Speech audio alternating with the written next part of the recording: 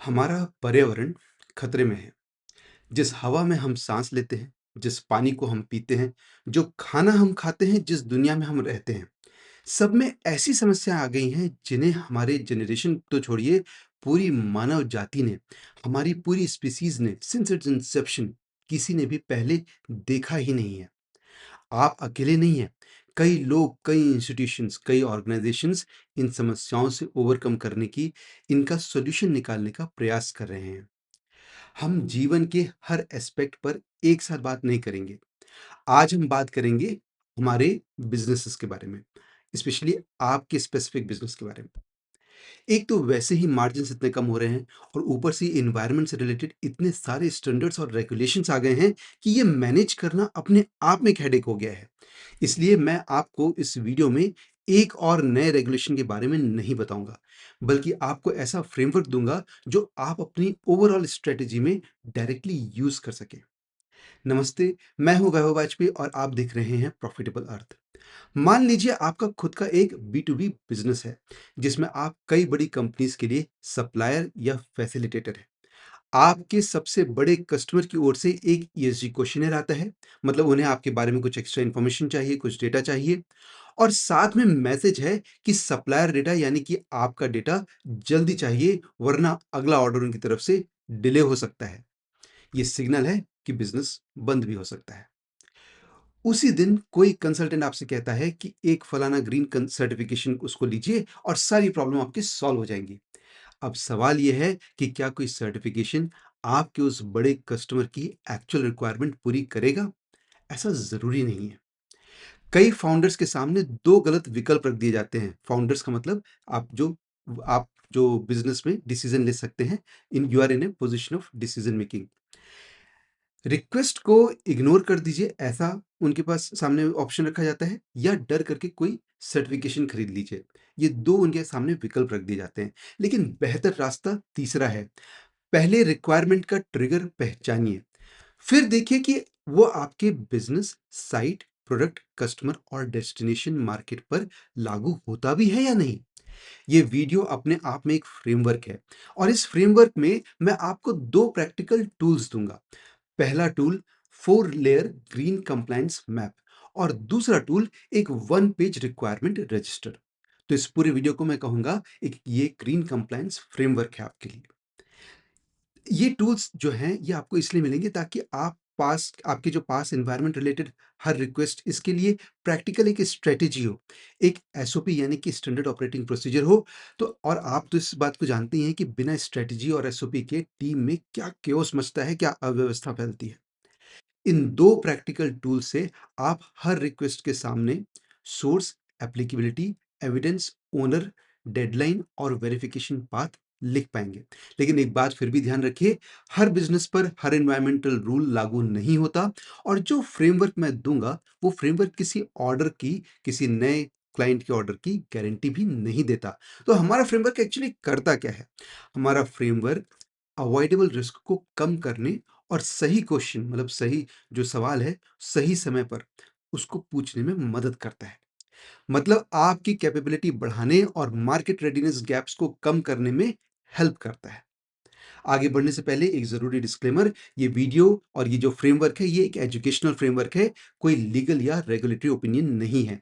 Exact applicability जो है वो activity, site, product, customer, market और करंट अथॉरिटी गाइडेंस पर डिपेंड करती है। फाइनल डिसीजन लेने से पहले रिलेवेंट अथॉरिटी या क्वालिफाइड प्रोफेशनल से वेरिफिकेशन जरूर कराइए। और इस वीडियो की सबसे इंपॉर्टेंट वार्निंग भी यही है कि सबसे महंगी गलती कभी कभी कंप्लायंस इग्नोर करना नहीं, बल्कि गलत रिक्वायरमेंट सॉल्व करना होती है। आपका बिजनेस कागज पर कंप्लायंट दिख सकता है, उसके बावजूद आपके बायर या अथॉरिटी के सामने एक्सेप्टेबल एविडेंस मिसिंग रह सकता है।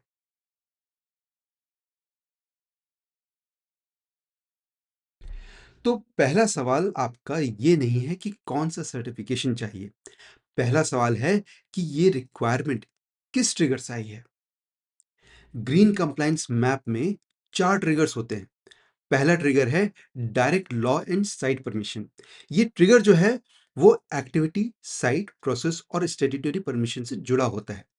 कंसेंट टू एस्टेब्लिश या कंसेंट टू ऑपरेट जैसी रिक्वायरमेंट्स रिलेवेंट स्टेट बोर्ड या कमेटी के स्कोप में आ सकती हैं।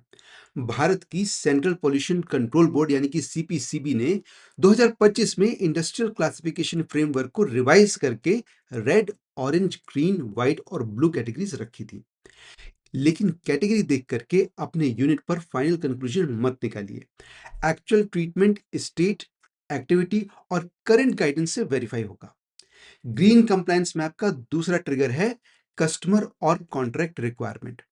ये गवर्नमेंट फाइलिंग नहीं भी हो सकती है, फिर भी कमर्शियल रिलेशनशिप के लिए इंपॉर्टेंट हो सकती है।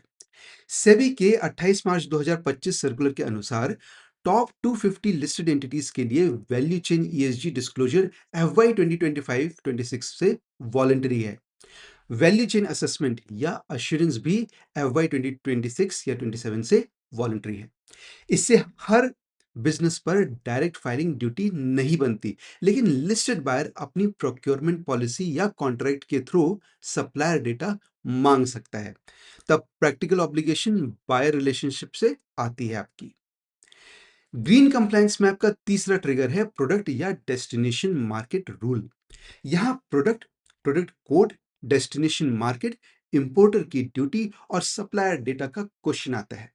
यूरोपियन यूनियन की इसका एक पॉलिसी टूल है सीबैम यानी कि कार्बन बॉर्डर एडजस्टमेंट मैकेनिज्म।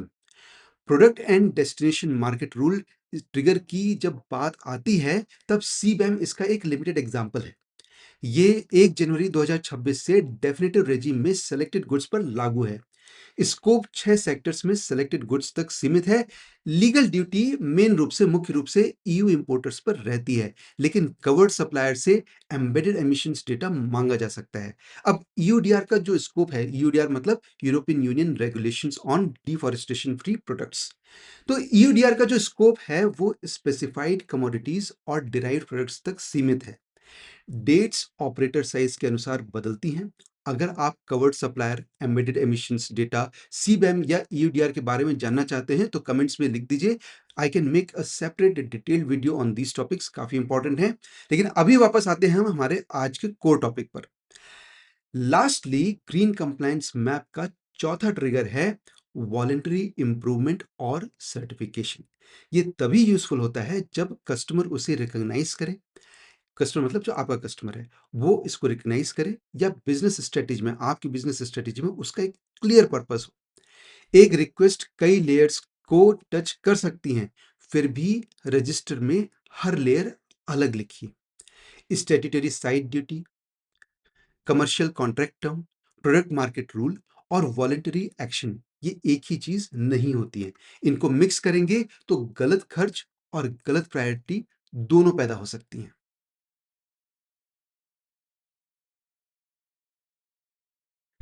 अब ट्रिगर पता चल गया, लेकिन ट्रिगर पता चलना एप्लीकेबिलिटी का प्रूफ नहीं है। स्पेंड करने से पहले, खर्चा करने से पहले स्कोप चेक करना बहुत जरूरी है। इस एप्लीकेबिलिटी का पता करने के लिए 7 चेक्स हैं। पहला चेक, रेगुलेटेड एंटिटी कौन है। कई इंटरनेशनल रूल्स में लीगल ड्यूटी जो है वो इंपोर्टर, ऑपरेटर या लिस्टेड एंटिटी पर होती है। सप्लायर से डेटा मांगा जा सकता है, लेकिन उसकी लीगल पोजीशन अलग हो सकती है। दूसरा चेक, एक्टिविटी और साइट क्या है। अलग प्लान्स पर अलग कंडीशंस हो सकती हैं। Current position relevant state board या कमेटी से वेरीफाई होगी। तीसरा चेक, एग्जैक्ट प्रोडक्ट या प्रोडक्ट कोड क्या है। सीबैम सेलेक्टेड गुड्स और प्रोडक्ट कोड्स पर लागू है, सभी एक्सपोर्ट्स पर नहीं। इंडियन सप्लायर को एग्जैक्ट प्रोडक्ट कोड, जो प्रोडक्ट कवरेज है और इंपोर्टर रिक्वेस्ट ये वेरीफाई करना होगा। चौथा चेक, कस्टमर और कॉन्ट्रैक्ट क्या कहते हैं। सेबी फ्रेमवर्क तो वॉलंटरी है, लेकिन कॉन्ट्रैक्ट या प्रोक्योरमेंट कंडीशन में एविडेंस और डेडलाइन बाइंडिंग हो सकते हैं। किसी फॉर्म को आप लॉ मत मानिए और किसी कॉन्ट्रैक्ट को कैजुअल रिक्वेस्ट भी मत समझिए।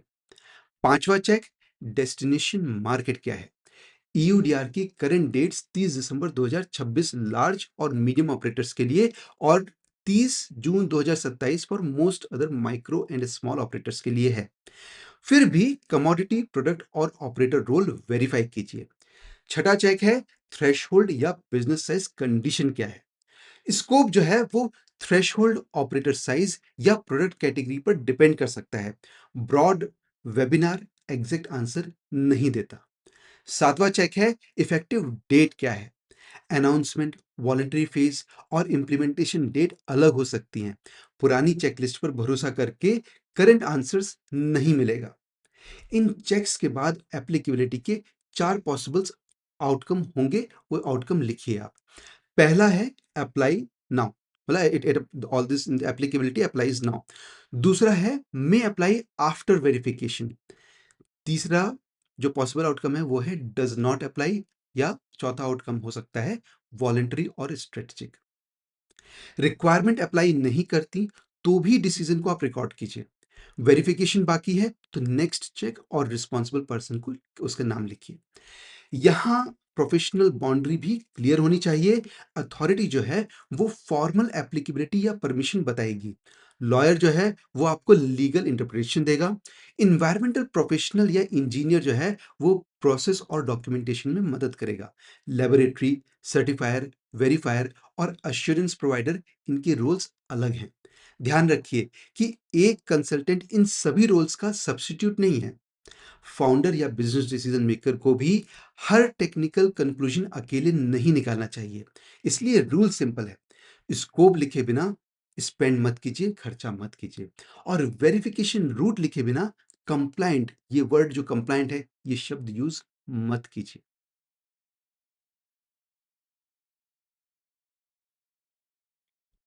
अब सबसे प्रैक्टिकल हिस्से पे आते हैं वीडियो के। रिक्वायरमेंट को एक वन पेज रजिस्टर में बदलिए। ये लीगल ओपिनियन नहीं है, ये कंट्रोल शीट है, ताकि रिक्वेस्ट अलग अलग ईमेल्स, फाइल्स और कन्वर्सेशंस में ना बिखरें। पहले 5 फील्ड्स लिखिए। ट्रिगर क्या है, सोर्स कौन है, कस्टमर या अथॉरिटी कौन है, प्रोडक्ट या साइट कौन सा है, एप्लीकेबिलिटी डिसीजन क्या है। फिर 6 फील्ड्स और अलग से लिखिए।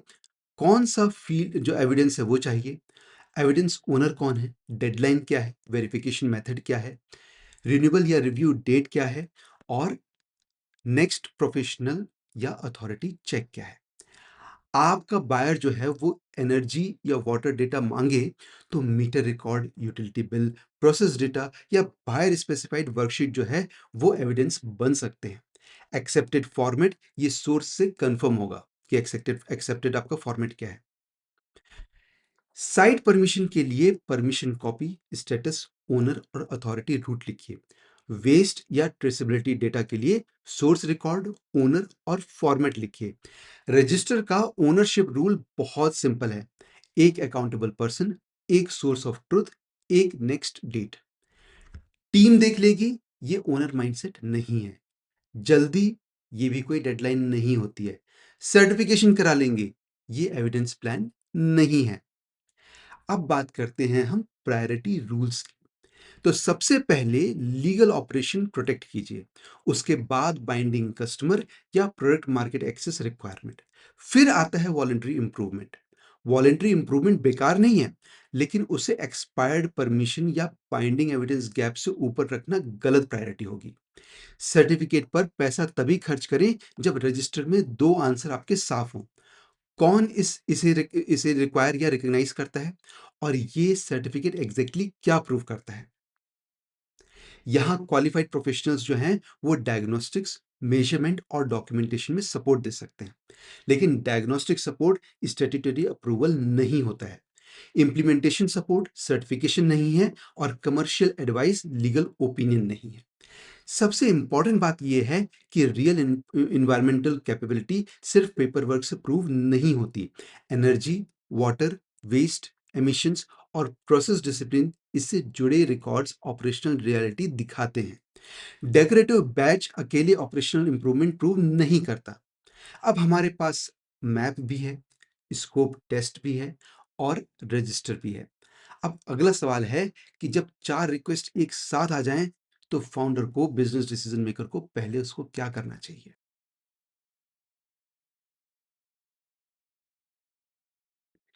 अब एक सिंप्लीफाइड हाइपोथेटिकल एग्जांपल लेते हैं। एक भारतीय मेटल कंपोनेंट एमएसएमई है। एमएसएमई मतलब लघु उद्योग है। साइट परमिशन की रिन्यूअल डेट, डेडलाइन एकदम पास में है, एकदम नेक्स्ट अभी खड़ी हुई है सामने। लिस्टेड बायर ने ईएसजी फॉर्म भेजा है, ईयू कस्टमर ने सीबैम रिलेटेड डेटा मांगा है और consultant generic green certification offer कर रहा है। बहुत सारी चीजें एक साथ आ गई। अब चारों रिक्वेस्ट को आप रजिस्टर में डालते हैं। लेयर 1 है site law, trigger direct law है, सोर्स जो है वो रिलेवेंट स्टेट बोर्ड है। ये रिक्वायरमेंट अभी लागू है और परमिशन रिन्यूअल की स्थिति वेरीफाई करनी है। एविडेंस में परमिशन, रिक्वायर्ड रिकॉर्ड्स और रिन्यूअल डॉक्यूमेंट्स आएंगे। ओनर प्लांट मैनेजर होगा, डेडलाइन रिन्यूअल डेट होगी। ये आपकी पहली प्रायोरिटी है क्योंकि लीगल ऑपरेशन पहले प्रोटेक्ट होना चाहिए। लेयर 2 कस्टमर कॉन्ट्रैक्ट, आपके बायर का भेजा हुआ ESG form direct SEBI filing तो नहीं है, लेकिन कॉन्ट्रैक्ट या प्रोक्योरमेंट कंडीशन के कारण ये ईएसजी फॉर्म कमर्शियल रिक्वायरमेंट बन सकती है। रजिस्टर में क्वेश्चनर, सपोर्टिंग डेटा, ओनर और सबमिशन डेट लिखी जाएगी। ये आपकी दूसरी प्रायोरिटी होगी क्योंकि कस्टमर एक्सेस इससे जुड़ा हो सकता है। लेयर 3 है प्रोडक्ट एंड मार्केट की। ईयू कस्टमर का सवाल आते आते ही सीबीएम ऑटोमेटिकली अप्लाई नहीं होता। पहले प्रोडक्ट कोड, कवर्ड स्कोप और इंपोर्टर रिक्वेस्ट की जांच होगी। प्रोडक्ट इन स्कोप हो तभी एमिशंस मेथड, ओनर और डेडलाइन रजिस्टर में दर्ज होंगे। इसकी प्रायोरिटी वेरिफिकेशन के रिजल्ट पर डिपेंड करेगी। Layer 4 voluntary certificate, customer recognition, product requirement या डिफाइंड पर्पस ना हो तो ये वॉलंटरी रहेगा। इसे बाइंडिंग गैप से नीचे रखिए। सर्टिफिकेशन को, जो सर्टिफिकेट है उसको ऑटोमेटिकली रिजेक्ट करना जरूरी नहीं है आपके लिए, लेकिन बिना पर्पस के, बिना मतलब के खर्च भी मत कीजिए। इस सिनेरियो में लाउडेस्ट रिक्वेस्ट जो है वो प्रायोरिटी तय नहीं करती। आपकी priority trigger, applicability, accepted evidence और डेडलाइन से तय होती है। तो आपने नोटिस किया होगा अभी कि किस तरीके से जो फ्रेमवर्क है वो आपको बहुत ही लॉजिकल डिसीजन लेने के लिए हेल्प करता है, आपको असिस्ट करता है। तो वीडियो की शुरुआत में हमारे सामने जो सवाल था उसका जवाब अब आपको क्लियर होगा। हमारे सामने हमारे एग्जाम्पल में आपके सबसे बड़े कस्टमर की ओर से एक ईएसजी क्वेश्चनर आया था और साथ में मैसेज था कि सप्लायर डेटा, यानी कि आपका डेटा जल्दी चाहिए वरना अगला ऑर्डर डिले हो सकता है, कैंसिल हो सकता है। उसी दिन कोई कंसल्टेंट आपसे कह रहा था कि एक फलाना ग्रीन सर्टिफिकेशन ले लीजिए, सारी प्रॉब्लम सॉल्व हो जाएगी। आपकी दो रिक्वेस्ट यहाँ पर। तो हमारे सामने सवाल था कि क्या कोई सर्टिफिकेट आपके उस बड़े कस्टमर की एक्चुअल रिक्वायरमेंट पूरी करेगा? तो उसका सही जवाब हमारे फ्रेमवर्क की लेंस से ये है कि ऑर्डर एक्सेस रिस्क या ऑर्डर डिले होने का या कैंसिल होने का जो रिस्क है, उस लेयर से आता है जो layer specific site, customer, product, market और एक्सेप्टेड प्रूफ से जुड़ी हुई है। लेकिन लीगल ऑपरेशन सबसे पहले सुरक्षित होना चाहिए। अब इस वीडियो के 5 टेकअवेज याद रखिए। पहला, सर्टिफिकेट से पहले ट्रिगर पहचानिए। दूसरा, हेडलाइन से पहले स्कोप वेरीफाई कीजिए। तीसरा, गवर्नमेंट ड्यूटी और कस्टमर कॉन्ट्रैक्ट को अलग रखिए। चौथा, एविडेंस का ओनर, फॉर्मेट और डेडलाइन तय कीजिए। और पांचवा, वॉलेंटरी स्पेंड को बाइंडिंग गैप से ऊपर मत रखिए। अब ग्रीन कंप्लायंस डेकोरेटिव सर्टिफिकेट नहीं है, ये रियल ट्रिगर से जुड़ी वेरीफाइड कैपेबिलिटी है। आज ही अपने टॉप 3 प्रोडक्ट्स और टॉप 3 कस्टमर्स के लिए रिक्वायरमेंट रजिस्टर बनाइए। कमेंट में बताइए कि आपके बिजनेस में सबसे डिफिकल्ट ट्रिगर कौन सा है, साइट, कस्टमर, प्रोडक्ट या मार्केट। वेरीफाइड कैप सामने आने के बाद अगला फाइनेंशियल क्वेश्चन आपका हो जाएगा कि उसे क्लोज करने की कॉस्ट, कैश फ्लो बर्डन और पे बैक क्या है। आपका अच्छा रिस्पॉन्स मिला तो इसका डिटेल्ड वीडियो अलग से प्रॉफिटेबल अर्थ फाइनेंस में कवर होगा।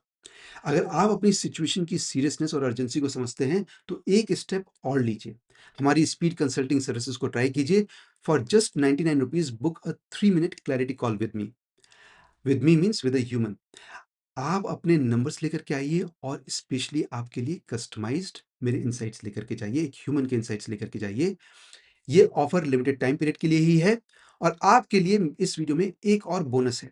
इस वीडियो में मैंने आपको ग्रीन कंप्लायंस का एक फ्रेमवर्क दिया है जिसमें दो प्रैक्टिकल टूल्स हैं। पहला टूल था हमारा four layer green compliance map का और दूसरा एक 1 पेज रिक्वायरमेंट रजिस्टर।